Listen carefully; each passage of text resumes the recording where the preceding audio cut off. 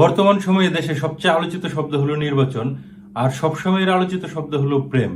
কেউ কেউ এই নির্বাচনের প্রেমে পড়ছে, আবার কেউ কেউ প্রেমের জন্য নির্বাচন ত্যাগ করছে। আমার এক বন্ধু দ্রুত নির্বাচন চাই লিখে ফেসবুকে পোস্ট করায় তার গার্লফ্রেন্ড ব্রেকআপ করে চলে গেছে। গত রাতে পাশের ফ্ল্যাটে ঝগড়া শুনে গিয়ে দেখি পাশের বাসার ভাবি ভাইকে বলছে, তুমি কি আমাকে চাও নাকি নির্বাচন চাও?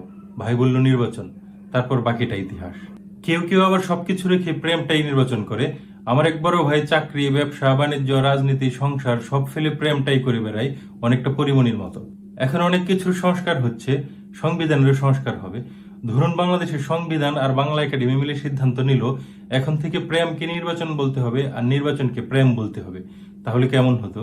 সাধারণত দুইটা হৃদয়ের অনুভূতি এক হলে তাকে নির্বাচন বলে, যদিও এই নির্বাচনও বেশি দিন টিকে না। সেদিন আমার বন্ধুকে জিজ্ঞেস করলাম, তোর গার্লফ্রেন্ডের খবর কি? সে বলল, বন্ধু এই নির্বাচনটাও বেশি দিন টিকলো না, এখন নির্বাচন দ্রুত ভেঙে যাচ্ছে, একমাত্র মেহজামিনেরটা বাদে।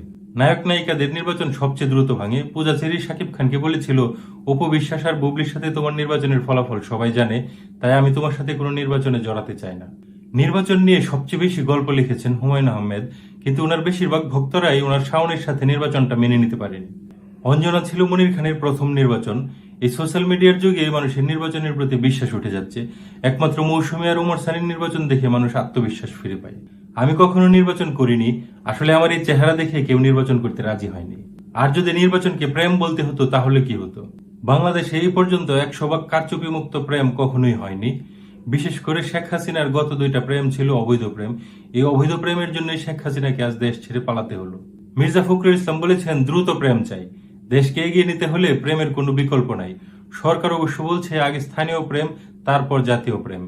এনসিপি এবং জামায়াতের প্রেম নিয়ে কোনো তারা লক্ষ্য করা যায় না।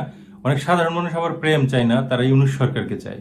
ইউনূস সরকার বলেছেন, আপনারা যখন প্রেম চান তখনই প্রেমের ব্যবস্থা করব, আপনারা কখন প্রেম চান বলেন।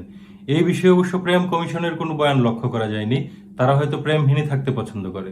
যদি সরকার আগামী বছর প্রেমের আয়োজন করে, আওয়ামী লীগ কি সেই প্রেমে অংশগ্রহণ করতে পারবে কিনা এখনো বলা যাচ্ছে না। অবশ্য আওয়ামী লীগ প্রেম করতে চাই কিনা এটাও একটা প্রশ্ন, কারণ তারা সবসময় প্রহসনের প্রেমে অভ্যস্ত। আমি কখনো প্রেম করিনি, তবে আমার একটা প্রেম করার খুব ইচ্ছে, কিন্তু আমার প্রেমে আমার নির্বাচনই সবচেয়ে বড় বাধা।